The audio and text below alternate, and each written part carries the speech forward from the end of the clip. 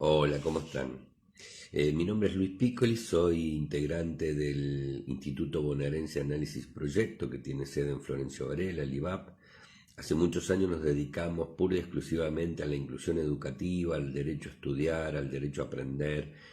Trabajamos mucho la inclusión en todos los aspectos y hoy, en tiempo de pandemia, en un momento muy duro para la sociedad argentina, estamos trabajando el armado de merenderos comunitarios y ropero comunitario.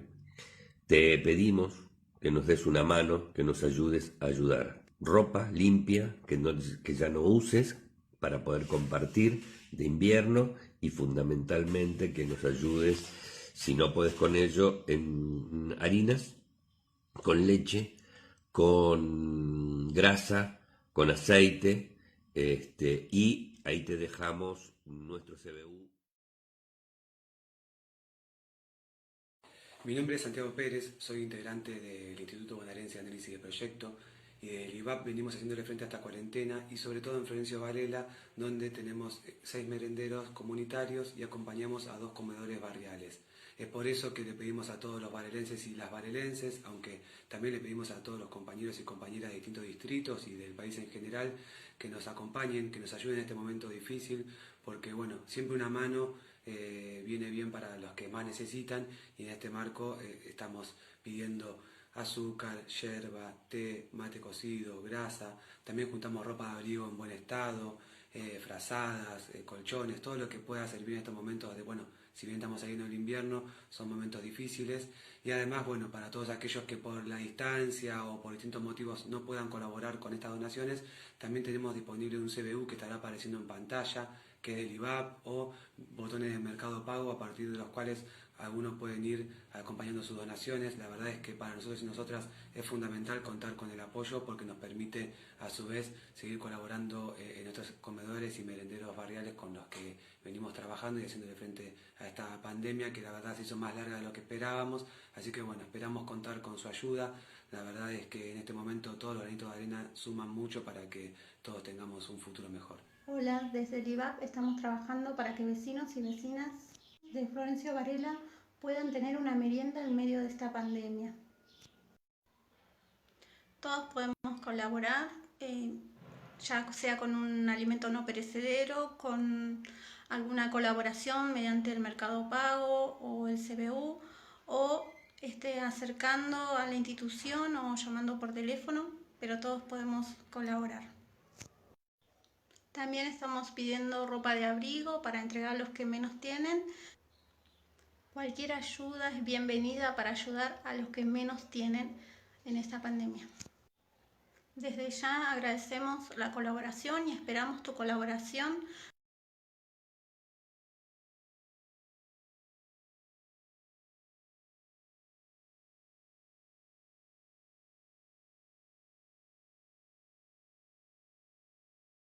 Buenas tardes a todos y a todas. Damos inicio a un nuevo programa de este ciclo de militancias y resistencias populares a las dictaduras, un espacio que hemos venido construyendo hace un mes más o menos, con la idea de un poco de romper estos discursos hegemónicos que han construido un bueno y un malo, una banda, ¿no? La teoría de los dos demonios, y un discurso hegemónico donde había un enfrentamiento entre grupos armados que nosotros entendemos que no es así y nos hemos venido encontrando con distintas personas, militantes y compañeros y compañeras de esos años para un poco romper ese cerco mediático, ese cerco discursivo que nos ha llevado a veces hasta a no comprender un poco nuestra historia, nuestro pasado y por ende a cometer nuevos errores en el presente como las políticas neoliberales que ya estaremos conversando en un rato. Queremos agradecer en primer lugar ese festival que hicimos solidario el viernes, a todas las personas que nos acompañaron, a aquellos que hicieron un aporte para sostener nuestros comedores y merenderos, que un poco esa es la razón también por la que hemos iniciado este tipo de ciclos, para bueno, recibir aportes y acompañar un poco en este contexto de cuarentena y pandemia que la verdad nos lleva bastante mal y bueno, luchándola como estamos acostumbrados.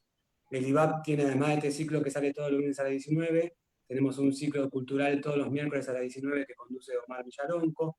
Y además tenemos un ciclo nuevo de los sábados que se llama Expresiones Artísticas en la Actualidad, donde Lautaro Lescano, que también es nuestro productor estrella de este ciclo, lleva adelante un programa cultural con las juventudes. Es un chico de 18 años y bueno, nos pone en contacto con todas las personas de su edad que nos cuentan cuáles son las nuevas tendencias culturales, musicales y artísticas.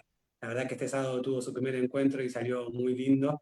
Y bueno, queremos agradecerle a él que está en operación técnica, también a Matías Sánchez y a Marcelo Peralta, que son quienes hacen posible esto también atrás de escena y no se ven, y bueno, siempre es importante reconocerlos, a Luis Piccoli, José Quilapán, Mariela, y muchos de los María Rizzo, y muchos de los compañeros y compañeras bueno, que sostienen el IVAP y que llevan adelante esto y que nos permiten a nosotros hoy estar acá.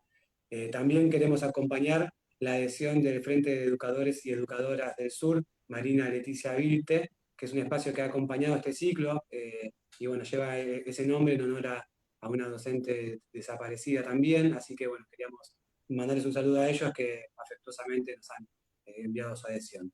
Hoy, en este nuevo programa de militancias y resistencias populares a la dictadura, estamos con Víctor Hugo Díaz, más conocido como Beto Díaz, quien es actualmente director de investigación y memoria de la actualmente Subsecretaría de Derechos Humanos, pero bueno, está hace muchos años ahí, seguramente nos va a poder comentar en un rato. Él fue militante de la Juventud Peronista de Montonera y le queremos dar la bienvenida. Hola Beto, ¿cómo estás? Buenas tardes, gracias por estar con nosotros. ¿Qué tal, Santiago? Buenas tardes. Muchísimas gracias por la invitación. A la gente del IVAP, a Luis Piccoli, un compañero que conozco. Así que un abrazo y a todos los compañeros que están siguiendo esta transmisión. Bueno, va un saludo y un abrazo grande para todos. Bien, Beto, en principio para entrar un poco en quién sos, me gustaría contar un poco, vos sos militante, fuiste militante en los 70 de la Juventud Peronista de Montonera, ¿verdad? Sí, es así. Bien, y vos muchas veces cuando hablas y cuando expresás tu testimonio, siempre recurrís a tu corriente natal porque entendés que ahí hay parte de la huella de lo que llevó a que hoy seas Beto Díaz, ¿no? Seguro, mira, y te pedí especialmente comenzar por ahí porque para mí es un anclaje, Corrientes para mí es la identidad, es lo que soy, estoy constituido por eso, y realmente ha dejado huellas muy grandes. Si bien yo he nacido en Esquina, un lugar de la provincia de Corrientes, que está sobre el río Corrientes, un lugar hermoso, muy lindo, porque mis viejos estaban de paso por ahí, así que nací ahí. Este,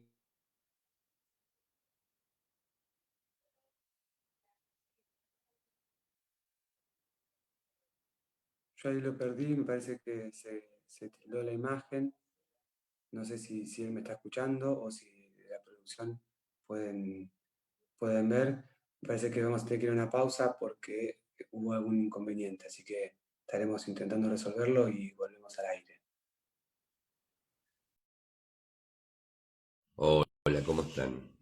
Mi nombre es Luis Piccoli, soy integrante del Instituto Bonaerense Análisis Proyecto, que tiene sede en Florencio Varela, el IVAP. Hace muchos años nos dedicamos pura y exclusivamente a la inclusión educativa, al derecho a estudiar, al derecho a aprender.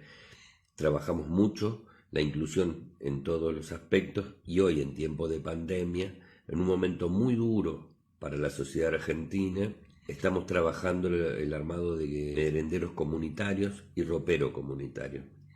Te pedimos que nos des una mano, que nos ayudes a ayudar. Ropa limpia, que ya no uses para poder compartir de invierno, y fundamentalmente que nos ayudes, si no puedes con ello, en harinas, con leche, con grasa, con aceite, y ahí te dejamos nuestro CBU. Mi nombre es Santiago Pérez, soy integrante del Instituto Bonaerense de Análisis de Proyecto y del IVAP venimos haciendo frente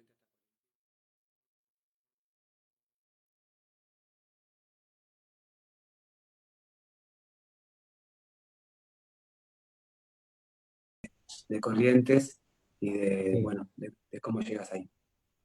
Sí, te decía bueno, que nací, digamos, porque mis papás estaban trabajando ahí en medio de Paso por Esquina. Esquina es una localidad de la provincia de Corrientes, una localidad muy linda, a orillas del río Corrientes, ahí nací. Y después sí, fui a vivir a la zona de Coruzucuatiá, pero en la zona rural, de campo, así que iba a la escuela rural del lugar. Este, y bueno, en Corrientes para mí es un montón de cosas, ¿no? Estuve ahí hasta los 12 años, hasta que vine a Buenos Aires con mi familia. Pero antes de eso quería detenerme cuando yo tenía unos 8 años. Estábamos viviendo en un paraje que se llamaba Kilómetro 181. Mi papá trabajaba en el ferrocarril, como muchas personas, y fueron trasladados a ese lugar. Muchas familias fueron trasladadas ahí, y fíjate que ahí estuvimos un pequeño periodo, digamos, de tiempo, y se produce el despido de todos los trabajadores ferroviarios, entre ellos mi papá. Así que bueno, se quedaron sin trabajo, pero no solamente él, sino todo ese grupo de trabajadores que hacían como parte de una comunidad, digamos, que estaban asentados en ese lugar, que era un paraje. Nos quedamos sin trabajo. Y el hecho de quedarse sin trabajo significó quedarse sin dinero, sin plata, digamos. Fue una situación horrible, feísima, porque cuando sos un niño, y no tenés para comer, ¿no? Entonces yo quería tomar a cuenta esto, ¿no? Esto de cuando uno es niño no sabe por qué suceden las cosas, ¿no? Solamente las sufre. Este, Después, cuando grande, entendí, entendí que, y la política, esto es la política, me hizo entender, y la historia también, de qué había pasado en ese momento para que nuestras vidas cambiaran abruptamente. No puedo dejar de mencionar que es la implementación de aquellos planes de minorías, ¿no? Estos modelos que aplican esas minorías en determinados momentos e impactan directamente en las personas, ¿no? En las comunidades, y cómo sufren los niños, ¿no? Hoy se puede hacer un paralelismo, siempre se puede hacer un paralelismo con lo que pasa en los barrios, ¿no? El sufrimiento de los niños, producto justamente de estos modelos de minorías que se aplican en distintos periodos de nuestras vidas, ¿no? Así que ahí me enteré después de grande, que claro, estaba Frondizi, había asumido en el 58, Arturo Frondizi, y en el 61 acuerda con el Banco Mundial un proceso de racionalización, para llevar a cabo en los ferrocarriles, ¿no? Y esto concretamente era un levantamiento de varios kilómetros de vías y el despido de 6.000 trabajadores, ¿no? Ya la Así que, palabra racionalización, ¿no? Era exacto, sospechoso. esa racionalización era porque la excusa siempre es la misma: un déficit, un déficit de los subsidios, que los boletos son baratos, los trenes de carga estaban subsidiados, y por ende había que despedir trabajadores, y levantar aquellos lugares de rieles, digamos, en cuales no eran rentables, ¿no? Así que esa situación, ese plan se llamó Plan Larkin, y el nombre daba por un teniente general norteamericano que venía a aplicar eso. Así que me parece que ahí están como esos condimentos, digamos, que va a estar presente en la historia y en la vida de militancia, ¿no? De los militantes. Ahí va a estar presente eso, pero también a partir de que se dan por el decreto 406 en mayo del 61, decide llevar adelante ese plan. Por supuesto que los trabajadores lanzan un plan de lucha, ¿no? Lanzan un plan de lucha. Y eso también viene a cuenta de esto, ¿no? Que la historia no comienza cuando comienza la militancia de cada uno de nosotros, digamos, que la historia viene desde lejos, digamos. Ahí el plan de lucha de los trabajadores ferroviarios pone un freno, digamos, a ese intento, digamos, de racionalización. Hay paros de la CGT, cómo juegan los medios. Veía la tapa del diario Clarín que decía que la huelga no significó nada, que nadie se adhería en ese momento, ¿no?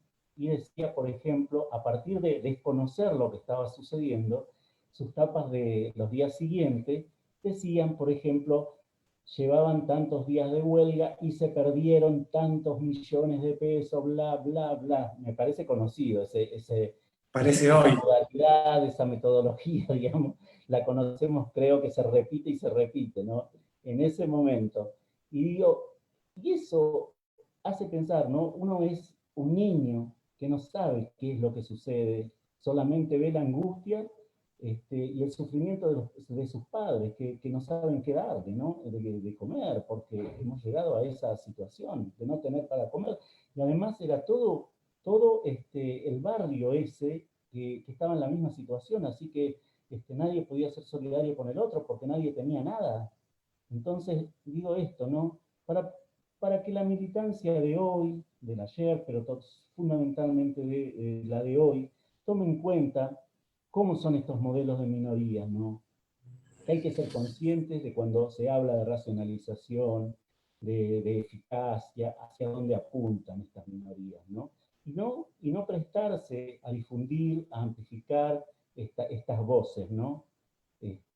Bueno, después vamos a ir hablando del derrotero de la clase trabajadora, pero digo, quería comenzar con esto, ¿no? Porque para mí fue una marca, para mí fue una marca de aquellos días y de ver esa relación, ¿no?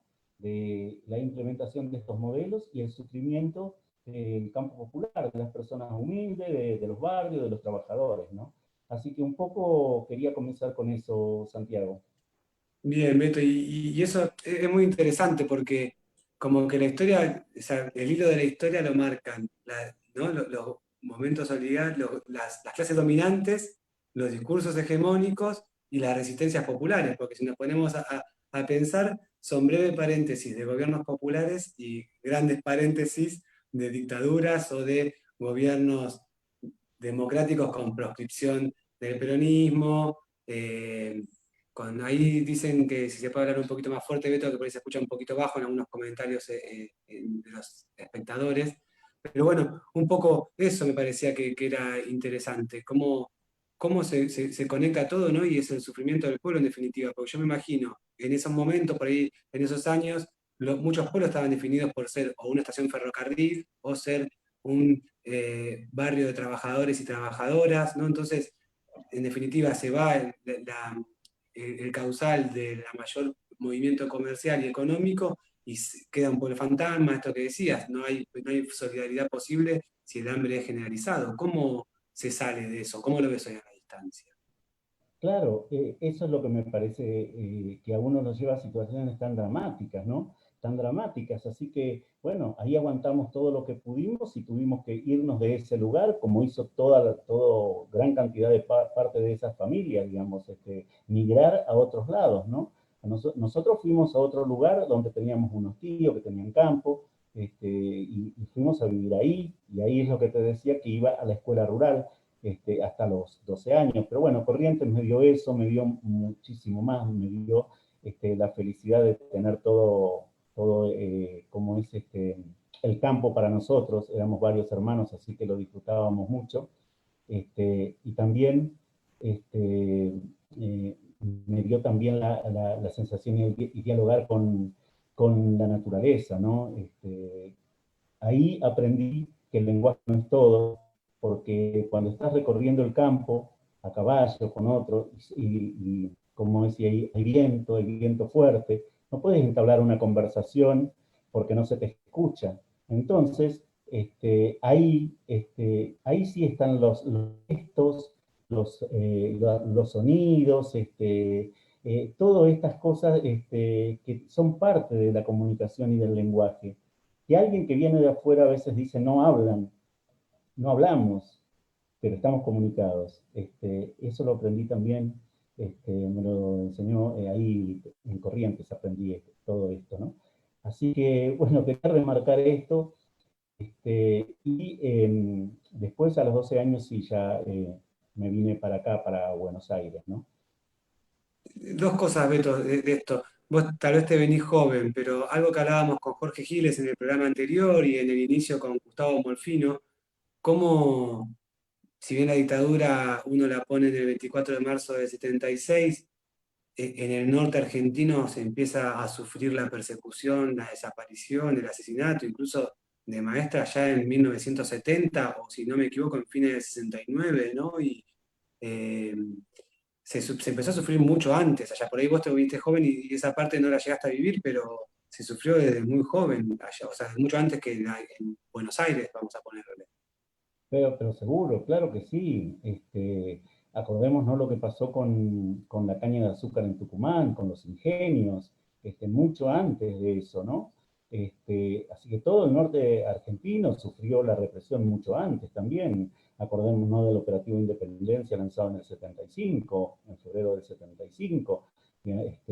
Porque ellos tenían bueno, después seguramente vamos a entrar ya en las estrategias del proceso de reorganización nacional, de las Fuerzas Armadas, un concepto que decían de la periferia al centro. La idea era justamente llevar un ataque sobre las fuerzas populares en la periferia, o sea, primero, como dije ahí, en los países, en las regiones del norte, en Córdoba, y después eso era para obligar a la militancia como es, que viniera todo a Buenos Aires, ¿no? Y aceptar un golpe ahí en Buenos Aires, ¿no? De la periferia al centro. Ese era el concepto y la estrategia que tenían, ¿no? Por eso Operativo Independencia en el 75 y comienzan por ahí, en Navarrazo, en Córdoba,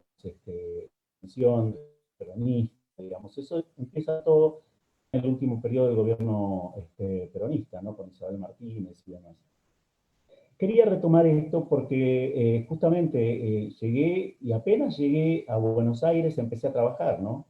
Porque también eso hay que decirlo, era una época donde la sustitución de importaciones, la industria, el país era semi-industrial, o sea que había muchos, además de las grandes fábricas, había muchas fábricas medianas y había muchos emprendimientos familiares.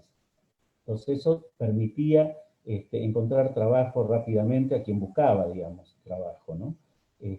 Así que bueno, esa fue mi vida todo ese tiempo y empecé creo que a partir de, para mí el hecho principal, más fuerte, digamos, que tengo en la memoria es Trelew. El hecho de Trelew sí, como que empezó a ser un indicador fuerte de qué estaba pasando en la política, ¿no? Porque eso fue hablado, muy conversado, se escuchaba conversar a las personas, digamos. Entonces, de hecho, nos llegaba a nosotros, ¿no? Pero en definitiva, mira, cuando me meto en la militancia, fue en el año 73. Yo soy producto de lo que se llamó en ese momento el engorde, digamos, se decía a la masiva militancia juvenil, ¿no? Soy producto del 25 de mayo del 73, ¿no? Así que, con esta introducción, de decir que ahí sí me incorporo en ese tren de la historia, para mí, paró justo en la puerta de mi casa el 25 de mayo del 73 y ahí me subí a ese tren, ¿no? Bien, ese tren para en la puerta de tu casa, ¿en dónde? Para Porque en la ya te puerta habías de ido, mi estabas en Buenos casa, Aires. estaba en Buenos Aires, sí, sí, sí, sí. Lo que me llamó la atención era, en ese momento, yo tenía 20 años, estaba trabajando en el centro de Buenos Aires, y el día anterior al 25 de mayo, que fue un viernes, el día jueves estábamos trabajando con otro compañero, y bueno, había todo una impronta así de prepararse para el día siguiente, lo que iba a suceder el día siguiente, ¿no? Que era la asunción del tío Cámpora, como presidente. Así que ese día no nos fuimos a nuestras casas, salíamos a las 7 de la tarde, estábamos en el centro y decidimos ir a la Plaza de Mayo. Decidimos ir a la Plaza de Mayo para ver qué pasaba.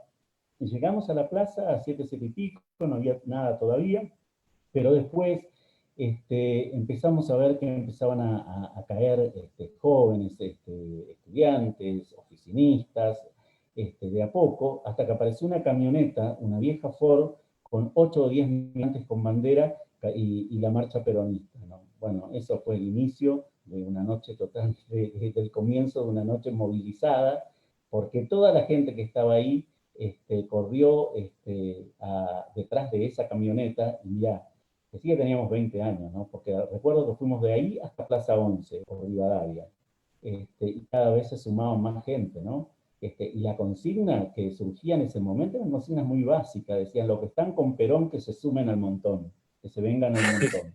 La gente se iba y engrandecía esas columnas, una fiesta, ¿no? Una fiesta. Y ahí uno comprende la frase de Leonardo Fabio, ¿no? Me dice peronista porque no se puede ser feliz en soledad, cuando él dice, ¿no? La verdad que estar ahí con cientos y miles de personas que expresan esa alegría, eso es inenarrable, ¿no? Es indescriptible. Bueno, se vive en ese momento, ¿no? Así que fuimos, vinimos, hasta que, mirá, veníamos por el centro de la ciudad, por la calle Lavalle, que en ese momento se le decía la calle de los cines, y estaba como es el estreno de Juan Moreira, de Leonardo Fabio. Así que nos paramos frente al cine, y los que estaban adentro cantaban el himno nacional y hacían la B de la victoria. O sea, por eso digo, era la prepotencia peronista se metía en todos los rincones, ¿no? Y era como disfrutar de esa felicidad, ¿no? Para mí el comienzo de algo que todavía no estaba en mí, pero que comenzaba a estarlo, ¿no? Así que mira, cuento esto porque para mí es como una bisagra en mi vida, ¿no? Bueno, fuimos, vinimos, íbamos hasta que estábamos extenuados, muy cansados, y estábamos sentados en la Plaza de Mayo frente a la Casa de Gobierno, y en un momento determinado irrumpe la marcha peronista desde la misma Casa de Gobierno. Eran las 12 de la noche, o sea, a las 0:01 se iba la dictadura y comenzaba el gobierno de Tío Campo, el gobierno ¿cómo es? El gobierno popular, ¿no? Así que fue un día increíble, una noche increíble.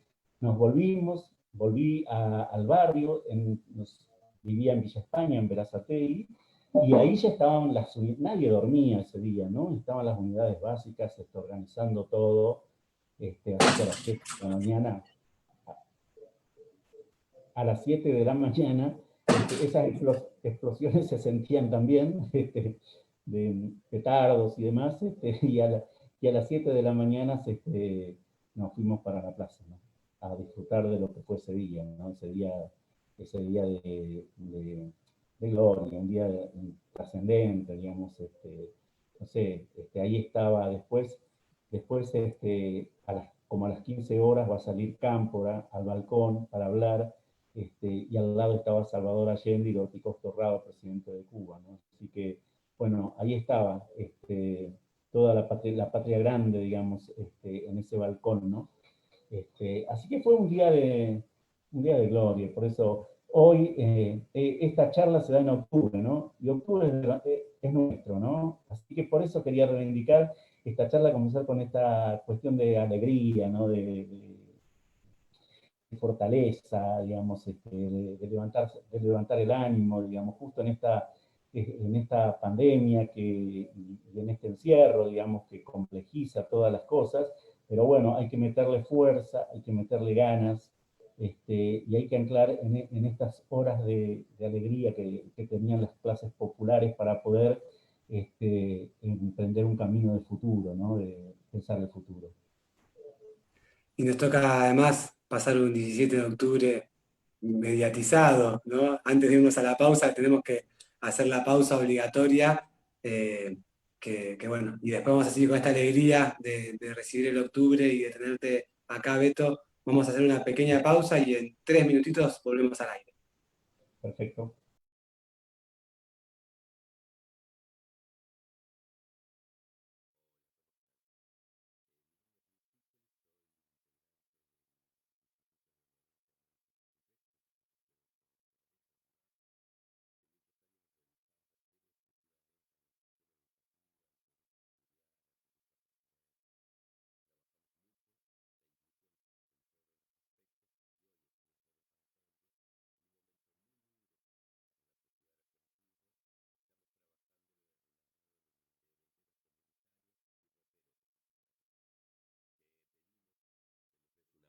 que nos ayudes a ayudar. Ropa limpia, que ya no uses para poder compartir de invierno, y fundamentalmente que nos ayudes, si no puedes con ello, en harinas, con leche, con grasa, con aceite, y ahí te dejamos nuestro CBU.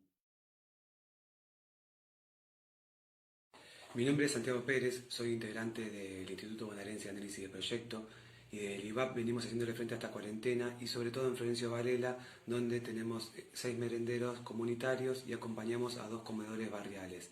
Es por eso que le pedimos a todos los varelenses y las varelenses, aunque también le pedimos a todos los compañeros y compañeras de distintos distritos y del país en general, que nos acompañen, que nos ayuden en este momento difícil, porque bueno, siempre una mano viene bien para los que más necesitan, y en este marco estamos pidiendo azúcar, yerba, té, mate cocido, grasa. También juntamos ropa de abrigo en buen estado, frazadas, colchones, todo lo que pueda servir en estos momentos de, bueno, si bien estamos ahí en el invierno, son momentos difíciles. Y además, bueno, para todos aquellos que por la distancia o por distintos motivos no puedan colaborar con estas donaciones, también tenemos disponible un CBU que estará apareciendo en pantalla, que es del IVAP, o botones de Mercado Pago, a partir de los cuales algunos pueden ir acompañando sus donaciones. La verdad es que para nosotros y nosotras es fundamental contar con el apoyo, porque nos permite a su vez seguir colaborando en otros comedores y merenderos barriales con los que venimos trabajando y haciéndole frente a esta pandemia, que la verdad se hizo más larga de lo que esperábamos. Así que bueno, esperamos contar con su ayuda. La verdad es que en este momento todos los granitos de arena suman mucho para que todos tengamos un futuro mejor. Hola, desde el IVAP estamos trabajando para que vecinos y vecinas de Florencio Varela puedan tener una merienda en medio de esta pandemia. Todos podemos colaborar, ya sea con un alimento no perecedero, con alguna colaboración mediante el Mercado Pago o el CBU, o acercando a la institución o llamando por teléfono, pero todos podemos colaborar. También estamos pidiendo ropa de abrigo para entregar a los que menos tienen. Cualquier ayuda es bienvenida para ayudar a los que menos tienen en esta pandemia. Desde ya agradecemos la colaboración y esperamos tu colaboración.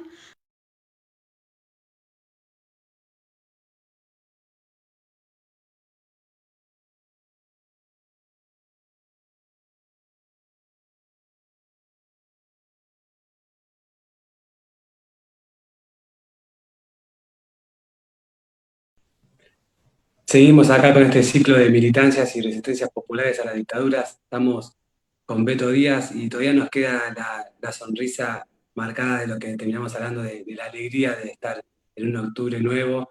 Y quiero leer unos comentarios porque dice: muy fuerte Beto, presten atención a lo que cuenta Beto, es algo real y de mucho interés saberlo, dice Laura Maricel González.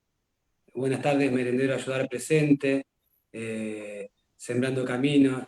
Después dice, bueno, se escucha muy bajo, hay algo de lo que decíamos hace un rato. Buenas tardes, un placer escuchar siempre personas inteligentes que vivieron en carne propia la realidad del país. Santi Solomás, bueno, dicen gracias Lorena de Esma. Buenas tardes, Cooperativa La Fortaleza. Acá escuchando a Beto de Necochea, así que bueno, vamos, esto de la belleza de las tecnologías nos permiten ir creciendo, y bueno, la verdad que hay un montón de comentarios. Recién hace un ratito veía a Virginia Croato, que también estuvo por acá acompañándonos y que mandaba un saludo. Genial compa, dice ahí Omar también, gracias a todos los que nos acompañan, la verdad que es un placer poder estar compartiendo este ciclo de charlas, porque enriquecen mucho y nos permiten conocer otra parte de la historia que no siempre es contada. Y bueno, con esto, Beto, te quería preguntar, bueno, vos decís que en el 73 es como tu bautismo en la militancia, o te reconoces como que esa es la época bisagra en la cual vos te reconoces como militante, y pensaba en qué acciones te reconocen como militante en esa época. ¿Qué se hacía para militar? ¿Había unidades básicas? ¿Se iba al barrio? ¿Cómo era en tu barrio? ¿Ibas a otro lugar? Sí, mira, en todo este periodo, para ir poniendo un poquito de síntesis, digamos, a esto, y poder tocar un poquito más otros temas, desde el 73 hasta el 75, a finales del 75, la tarea nuestra era, teníamos una unidad básica en el barrio, Y la tarea era justamente, nosotros en ese momento se llamaba el Plan de Reconstrucción Nacional, de reconstrucción por como estaban los barrios, ¿no? Así que bueno, la idea era ir a los barrios, trabajar, mejorar las veredas, porque eran calles de tierra, poner la salita sanitaria, pero eso no lo hacía la militancia solamente, sino que la militancia encabezaba eso, pero era sumar a la gente de los barrios, ¿no? Con ellos hacerlo, digamos, porque la idea era esta idea colectiva. Creo que tengo que mencionar acá que uno de los aciertos más grandes que tuvo la organización Montoneros es que apenas llega el 73, hay una idea política, digamos, de que toda su militancia, ya sea de la Unión de Estudiantes Secundarios, de la Juventud Universitaria Peronista, digamos, en las universidades, ir todo a los barrios. Ahí había que construir el poder popular, ¿no? Esa construcción organizativa se tenía que dar en los barrios. La discusión política con el barrio. Nosotros lo hacíamos todas las semanas, teníamos 3 reuniones. Se hablaba de las necesidades del barrio, pero se hablaba también de la política nacional. Así que los vecinos estaban enterados, además de los panfletos y la prensa que distribuíamos, estaba el cara a cara y la charla con nosotros, ¿no? Pero también en un contexto de fábricas, ¿no? De fábricas muy grandes, en Verazategui, donde nosotros realizábamos nuestra militancia. Estaba la fábrica Rigoló con más de 3.000 trabajadores, estaba la fábrica Ducil, una textil, con más de 2.000 trabajadores, estaba la fábrica Esmiafa, textil, también con esa cantidad de trabajadores. Y digo, bueno, ahí donde esto es lo que va a venir a cortar el proceso de reorganización nacional, y las clases dominantes, ¿no? Pero también dentro del marco de un capitalismo que deja de ser productivo para pasar a ser financiero, digamos. Inicia otra fase el capitalismo en ese momento, ¿no?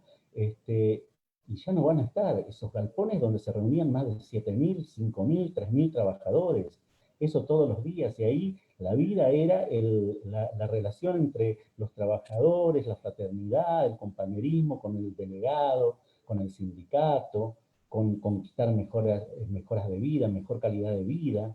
Eso es lo que va a venir a destruir, el comienzo de destrucción del proceso, ¿no? Porque eso después va a tener, el proceso lo que va a llevar adelante es justamente cuando se viene el golpe del 24 de marzo del 76, ellos inician un exterminio de lo que consideran el alma mater de la organización de los trabajadores, las comisiones internas. Y ahí eso lo van a sufrir los compañeros de Mercedes-Benz, de Ford Pacheco, de Rigoló y de tantísimas, acá en la región nuestra, yo vivo ahora actualmente en La Plata, de los compañeros de Astillero, de Propulsora, de Swift. Ellos van a ser lo que van a sufrir este exterminio, porque en realidad se dedicaron a exterminar a las comisiones internas y a todo activista sindical. Así que por eso siempre digo esto, ¿no? En el proceso desaparecían las personas, ¿no? Y en la época del menemismo se va a cerrar ese círculo, ahí van a desaparecer las fábricas, ¿no? Bien, Beto, vos siempre te he escuchado en algunas declaraciones, también en La Victoria de Beto, que es la película que también un poco en la cual relatás también tu historia de vida. eh, Vos hablás de que nunca pensaban que ustedes podían ser objetivos de la dictadura, sino que serían los conductores, ¿no? Que yo que soy un compañero de base o compañera de base, ¿qué me van a venir a buscar a mí, no? Uno no pensaba eso y vino la dictadura, hubo persecución, uno ya empieza como a palpar que el compañero y la compañera no empiezan a estar. Vos también sos parte de ese círculo represivo, pero la diferencia es que vos podés escaparle a eso y es como ahí se quiebra la omnipotencia de la dictadura. ¿Cómo? ¿No? Vos hablas algo de eso también.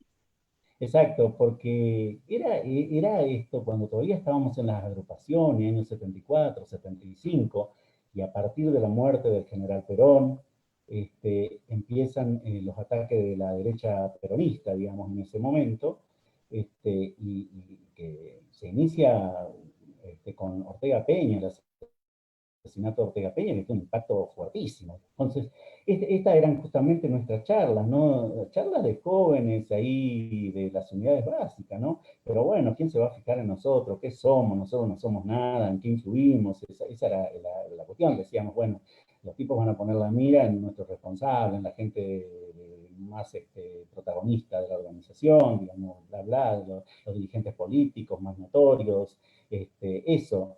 Lo que nosotros no podíamos ver, que siempre digo eso, en el momento que están sucediendo las cosas, uno no puede hacer una lectura ya de cómo vienen las cosas, eso lo hace después. No podíamos entender que nosotros éramos parte de ese conglomerado de oposición a un orden determinado, ¿no? Y que la dictadura, sí, como se dice hoy, venía por todo, digamos, a tratar de eliminar toda organización popular, ¿no? Y en esto quiero referirme también a que el proceso de reorganización nacional lo que intenta llevar a cabo es justamente el disciplinamiento de las clases trabajadoras, el exterminio de sus activistas, pero también que nadie más piense en organizarse, ¿no? Porque siempre digo lo mismo, que en realidad estas tecnologías de la modernidad hoy, cómo leen estas cuestiones, las personas son buenas en tanto y en cuanto no se junten con otras, no se organicen, porque lo malo es la organización. Ese es el tema, pero claro, pero todos sabemos y todos entendemos que uno puede tener la mejor buena voluntad, las mejores ganas, digamos, pero esas ganas, esas voluntades se materializan cuando sos parte de una organización.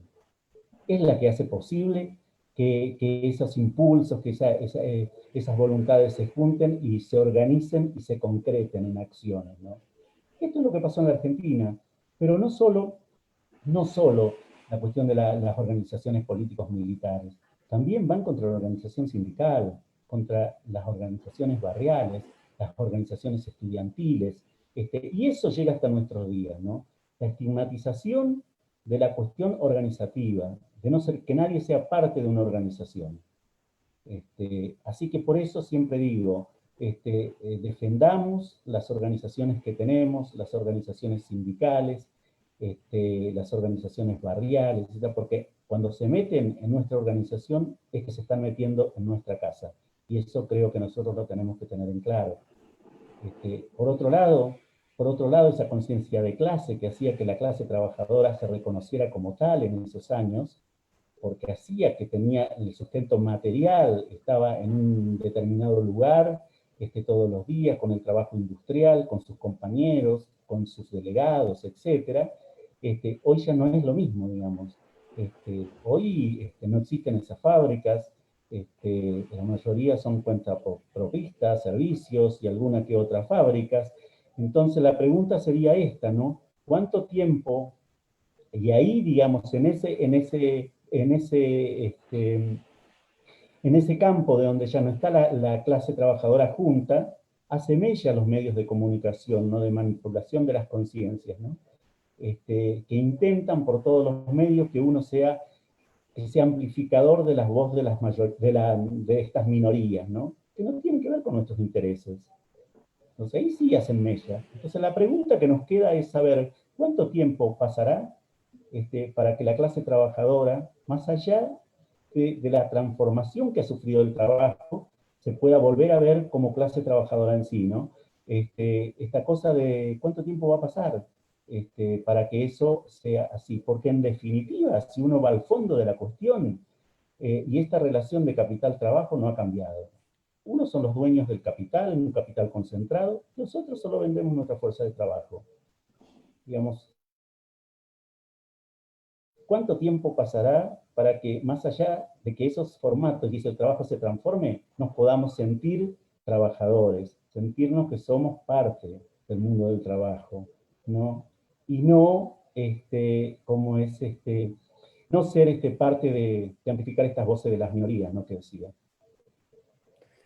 Bien, Beto, quiero que podamos, estamos llegando al final del programa, nos quedan unos 10, 12 minutitos, y me interesa mucho que podamos hablar sobre la causa contraofensiva y sobre algunas cosas pero antes de eso me gustaría contar un poco. Vos, esto que te había preguntado, fuiste secuestrado, o sea, fuiste perdido, te encontraron, te secuestraron, te torturaron, en un descuido que no siempre se da y no ha pasado mucho, lográs escaparte, toda una odisea para no volver a caer y para llegar a un lugar donde puedas estar medianamente seguro, reencontrarse con algún compañero que muchos ya estaban cayendo y uno quedaba desenganchado de la organización. Seguís militando, te enfrentás a las Fuerzas Armadas en un operativo después de una tarea de propaganda, si no me equivoco. Recibís varios disparos. También significan una odisea que alguien te pueda tratar y atender médicamente. Y así todo, yo tengo entendido que en algún momento te vas exiliado, pero para preparar la contraofensiva o no, o estás siempre en Argentina.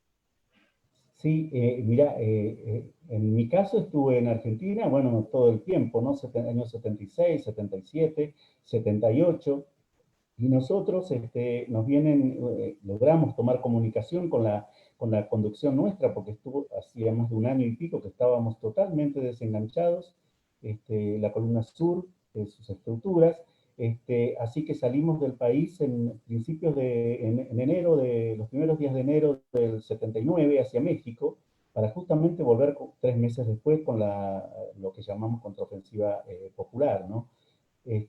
Así que, bueno, y ahí la responsabilidad era justamente las tropas especiales de agitación, que eran las que tenían la tarea de interferir los canales de televisión para emitir proclamas.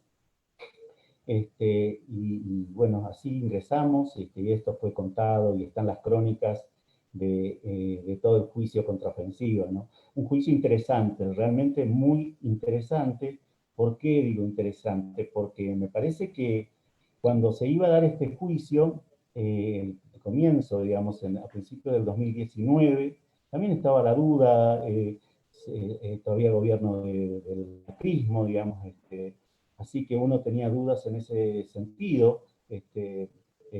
Había diarios como Infobae y demás que hacían publicaciones como un poco en sorna, digamos, de lo que era la contraofensiva y demás. Pero claro, comienza el juicio, las primeras audiencias, y ahí yo tenía mucha como es ganas de participar, los compañeros, los hijos de nuestros compañeros, que son, ahí sí que son el alma mater de ese juicio.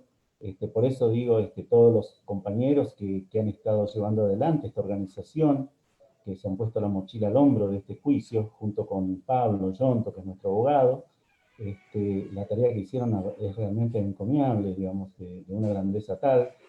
Pero también ahí se daba como, nos reunimos previamente al comienzo del juicio y fue muy bueno las reuniones y los debates que teníamos, porque además de, digamos, los distintos intereses, ¿no? de los militantes que fuimos, que protagonizamos esa maniobra político-militar, y de los que tenían sus seres desaparecidos, sus seres asesinados, su familia asesinada.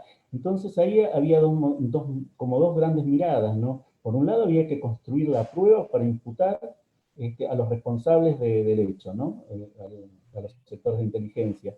Pero nosotros como militantes también, y ahí no me quiero olvidar de Daniel Cabeza, que también fue militante e ingresó en esos años, como teníamos otra responsabilidad también, una responsabilidad histórica, a 50 años casi, bueno, hoy 50 años de la fundación de los Montoneros, de contar qué había sido la contraofensiva, ¿no? Y en la medida que se empezaron a escuchar las voces nuestras, que nunca habían sido escuchadas, sino que habían sido mediadas por el periódico, por los analistas, por los periodistas, por los pseudos que tienen conocimiento y exégetas de los montoneros, ahí cuando se empezaron a escuchar las voces nuestras, prácticamente queda dibujado de que la contraofensiva no se puede tomar como un hecho aislado. La contraofensiva es un hecho resultante de las resistencias a la dictadura en el 76, 78, es parte de todo el plan. Quiero señalar que a principios de octubre del 76 en un documento clave de la organización, que es el documento de octubre, así llamado, lo que ahí se plantea es justamente la resistencia activa. ¿Para qué? Para demorar el avance de las Fuerzas Armadas, de la oligarquía, y permitir la reorganización del campo popular que permitiera una contraofensiva. Se dijo desde el primer momento. Así que bueno, eso se llevó, y creo que más allá de los costos que justamente se ponen en debate y se juzgan en este juicio, está también el hecho de que ahí la organización Montoneros pone el eje en los grupos económicos, diciendo, estos son los enemigos de la Argentina. Estos son. Porque quiero remarcar una cosa, ¿no? Acá el problema de los países no son los pobres, son los ricos. Los ricos que concentran la inmensa mayoría de esa riqueza en unas pocas manos. Ellos son el problema, no nosotros, no el campo popular. Y la violencia de esas minorías, la violencia ha sido el arma de estas minorías, no del pueblo. El pueblo lo que hace es responder con organización a estos ataques continuos de estas fuerzas oligarcas. Pero ahí en el 79, Montoneros lo que hace es señalar al pueblo argentino quiénes son los enemigos del país, ¿no? Y creo que por eso hasta ahora en las movilizaciones esto de los anticuarentena y demás, y de oposición al gobierno, siempre va a haber uno que dicen estos montoneros de mierda, esto, lo otro, digamos. O sea que, por eso digo, los montoneros no son un pasado, es más presente, están más presentes que nunca, digamos. Están más presentes que nunca por esa voluntad, por esa decisión, porque tomamos decisiones. Y lo que En caracteriza... esta reconstrucción discursiva que venimos haciendo con este ciclo de militancias, también lo que también un poco se está rompiendo esta idea de que la conducción mandó a morir a los pibes, ¿no? Y acá, cada uno de los que pasó por acá demostró que estaban convencidos de lo que hacían, que si puede haber habido un error y autocrítica, digo, sí, han habido infinidad, me imagino, pero todos los que estaban ahí sabían cuáles eran las tareas y el por qué, y por algo fue la dictadura que más tarde llegó y más rápido se fue, ¿no? De Latinoamérica, y lo mismo podríamos, para ir al presente, el macrismo no pudo avanzar todas esas políticas neoliberales que fueron la continuidad de la dictadura y la continuidad del menemismo, se han podido detener gracias también a esta resistencia popular que es parte de esta herencia y de esta enseñanza que nos han dejado las organizaciones populares del pasado, ¿no? Yo creo que sí, mira, Santiago, es muy bueno poner en debate los modelos, ¿no? Los modelos de minoría y los modelos de las mayorías, ¿no? Me parece central en este momento. Que vino un proyecto de minorías, es la lucha popular, es la lucha de los trabajadores, es la lucha del pueblo, que hacen imposible que se consoliden estos modelos, ¿no? Si no, fijémonos, en el 83 recuperamos una democracia con todas las limitaciones que uno pueda señalar, pero fijémonos alrededor nuestro, nuestros hermanos van a recuperar esa democracia muchos años después. Así que por eso digo, es lo que aún no se tiene conciencia es de la lucha popular de esos años, de la lucha de los trabajadores de esos años, ¿no? La impresionante resistencia que se ejerció en esos años, porque uno cuando habla de la resistencia se refiere siempre a la resistencia del 55, que está institucionalizada. Bueno, es muy bueno, y parte de este juicio de la contraofensiva hace también que hoy, y yo creo que no en un largo tiempo, va a ser asumida por todos como la segunda resistencia, la resistencia llevada del 76 al 83. El tema que ahí no había un articulador, no estaba el líder que articulaba todas esas acciones, digamos. Claro. El campo popular enfrentó a la dictadura sin un plan articulador, porque no lo había. Pero bueno, esas resistencias existieron y es lo que nos posibilitó recuperar la democracia mucho antes, ¿no? Después vamos a tener desde el 83 al 2003 una democracia controlada, y ahí se van a forjar es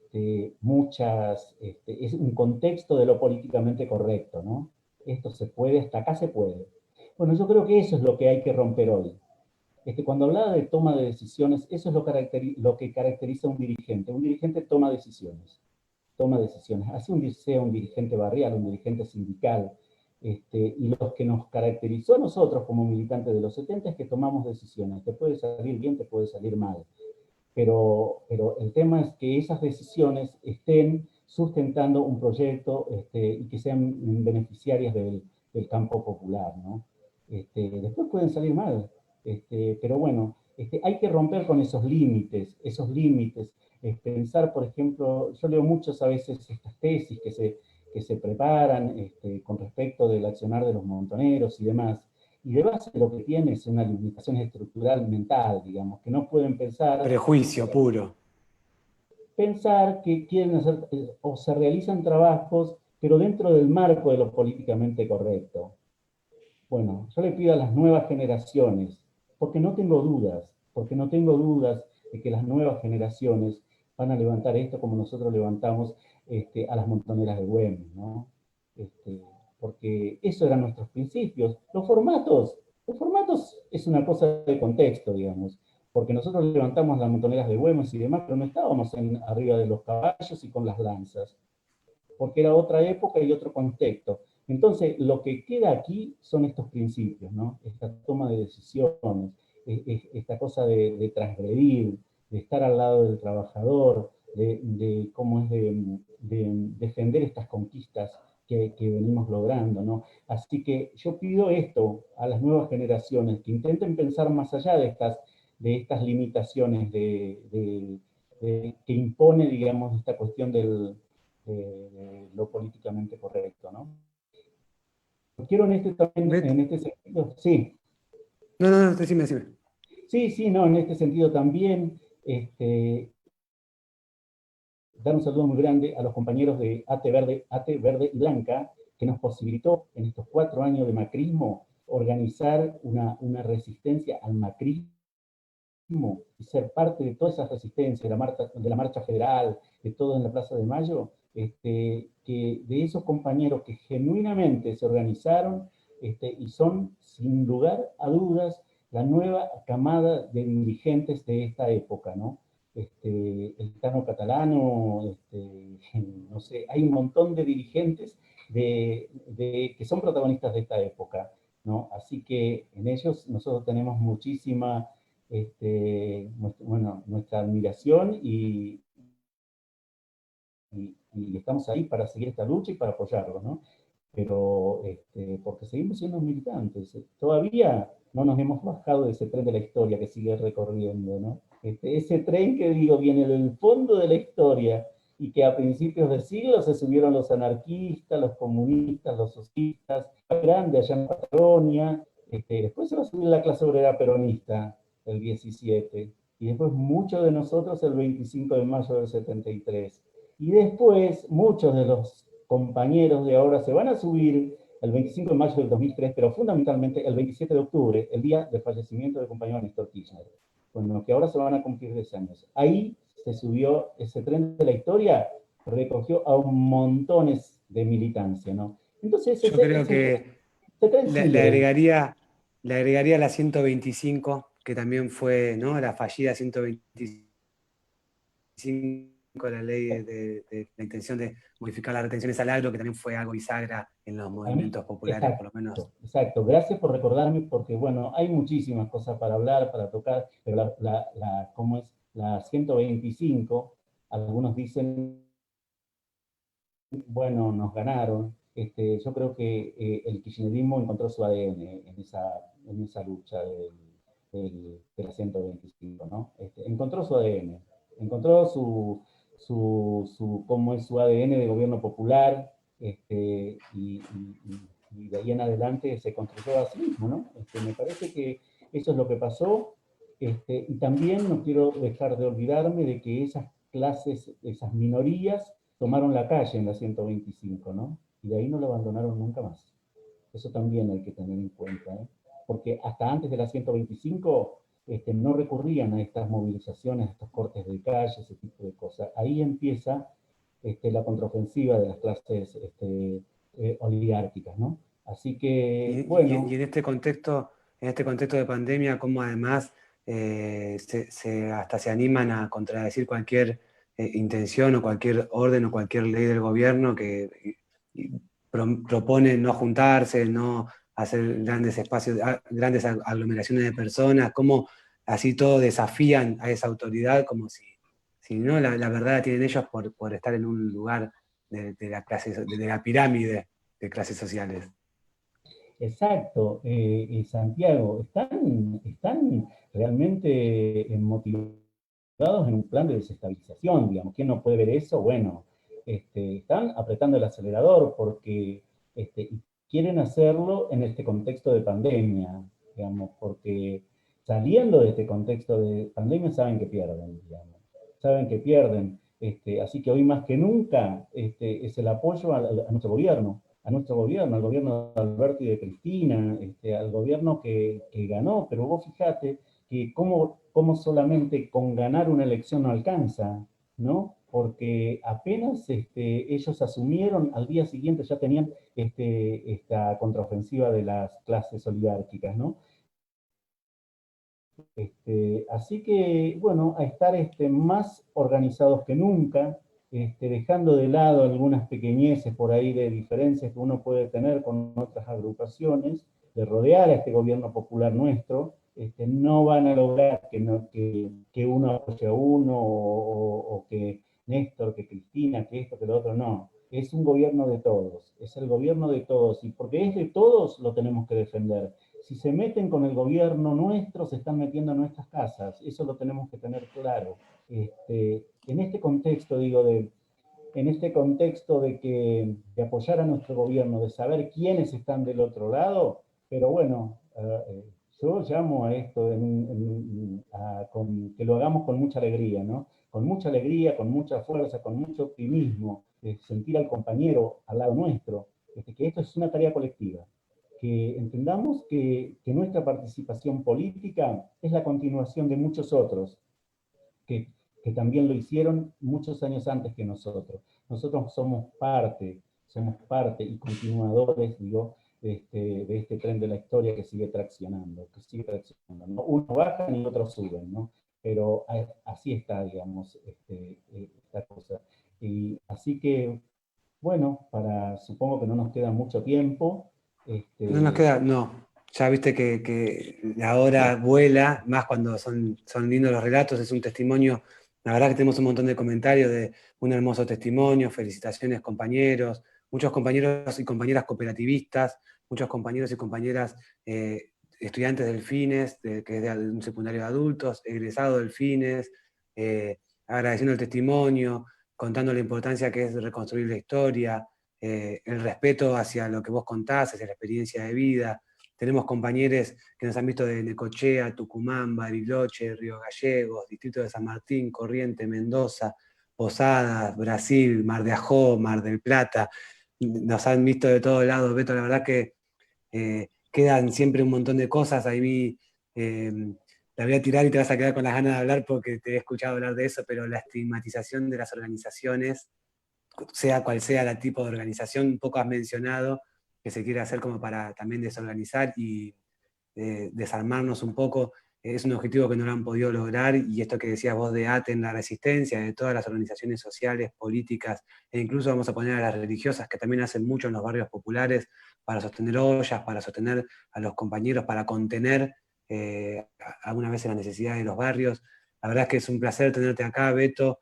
Me hubiera gustado también saber la experiencia de los 15 años al frente de la Dirección de Investigación y Memoria, del trabajo con el equipo de Argentina de Antropología Forense y en el reconocimiento de cuerpos de infinidad de compañeros y compañeras, y la gratitud y el dolor al mismo tiempo, ¿no? Esto de militamos con alegría, vivimos con alegría a pesar de todos esos dolores, me parece que es algo lindo de lo que podemos dejar como un mensaje de cierre. ¿Qué opinás? Sí, nosotros venimos trabajando desde la Dirección de Investigación de la Subsecretaría de Derechos Humanos hace, qué sé yo, hace 15 años que yo trabajo en ese lugar, y con el equipo argentino de antropología forense en la búsqueda de estos restos de los compañeros nuestros, ¿no? Y bueno, nosotros intentamos hacer un trabajo colectivo, ¿no? Colectivo porque la experiencia de nuestros compañeros fue una experiencia colectiva, entonces ahí participan todos, los familiares, las agrupaciones en los barrios, es un trabajo colectivo, así que cuando hay un reconocimiento, una identificación de algún compañero, es justamente eso, ¿no? El hecho de reivindicarlo políticamente, ¿no? En su identidad partidaria, porque es eso lo que, no solamente robarle la identidad cuando se lo ponía como NN, sino también la identidad partidaria, ¿eh? Es lo que decía antes, ¿no? Ese sujeto fue un sujeto de acción y bueno, y participó de una estructura organizativa, ¿no? Así que ese es el trabajo que realizamos. Ahora volvimos a retomar, porque en los 4 años de macrismo prácticamente se cerró esa posibilidad de búsqueda, porque ustedes se acuerdan que ellos decían el curro de los derechos humanos. Si hay un concepto de este tipo, imagínate que no van a permitir, digamos, de que este trabajo se siga realizando. Hoy lo volvemos a retomar y cuando pase esta pandemia seguramente volveremos a hacer el abordaje territorial. Un trabajo que me apasiona, que me gusta, y estoy rodeado de compañeros muy jóvenes y muy capaces, así que bueno, yo creo que también la subsecretaría es un ente de referencia en la provincia de Buenos Aires, en todas sus direcciones, ¿no?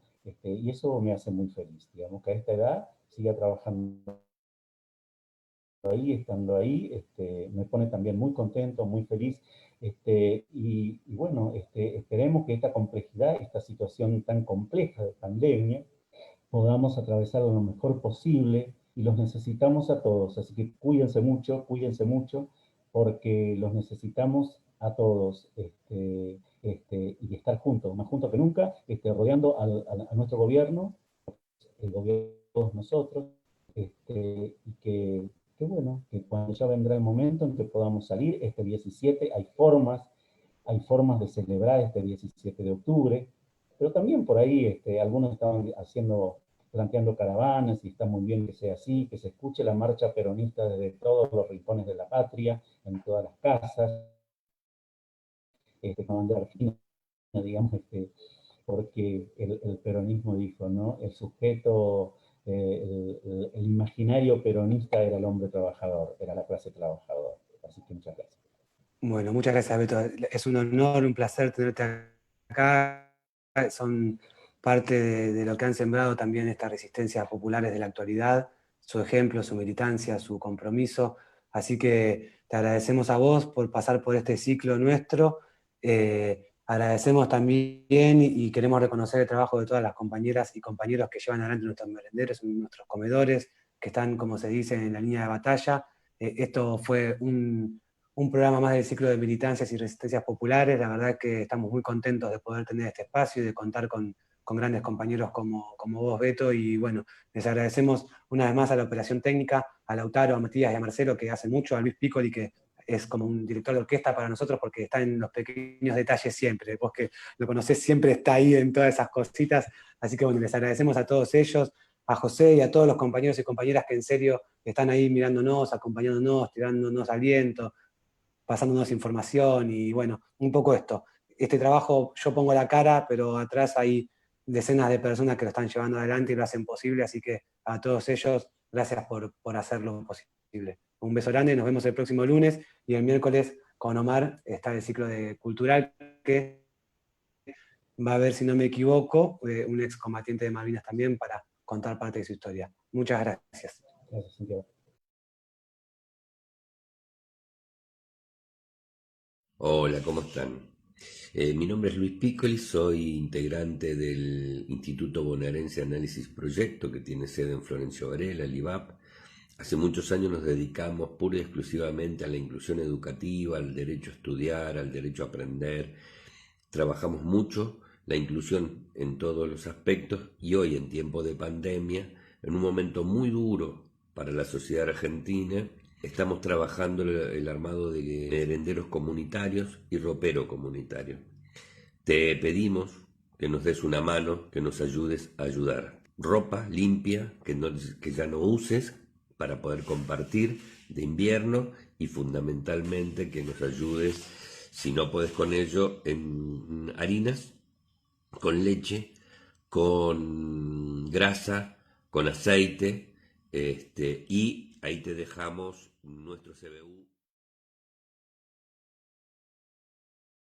Mi nombre es Santiago Pérez, soy integrante del Instituto Bonaerense de Análisis de Proyecto y del IVAP. Venimos haciéndole frente a esta cuarentena y sobre todo en Florencio Varela, donde tenemos 6 merenderos comunitarios y acompañamos a 2 comedores barriales. Es por eso que le pedimos a todos los varelenses y las varelenses, aunque también le pedimos a todos los compañeros y compañeras de distintos distritos y del país en general, que nos acompañen, que nos ayuden en este momento difícil, porque bueno, siempre una mano viene bien para los que más necesitan y en este marco estamos pidiendo azúcar, yerba, té, mate cocido, grasa, también juntamos ropa de abrigo en buen estado, frazadas, colchones, todo lo que pueda servir en estos momentos de, bueno, si bien estamos saliendo del invierno, son momentos difíciles y además, bueno, para todos aquellos que por la distancia o por distintos motivos no puedan colaborar con estas donaciones, también tenemos disponible un CBU que estará apareciendo en pantalla, que es del IVAP, o botones de Mercado Pago a partir de los cuales algunos pueden ir acompañando sus donaciones. La verdad es que para nosotros y nosotras es fundamental contar con el apoyo porque nos permite a su vez seguir colaborando en nuestros comedores y merenderos barriales con los que venimos trabajando y haciéndole frente a esta pandemia que la verdad se hizo más larga de lo que esperábamos.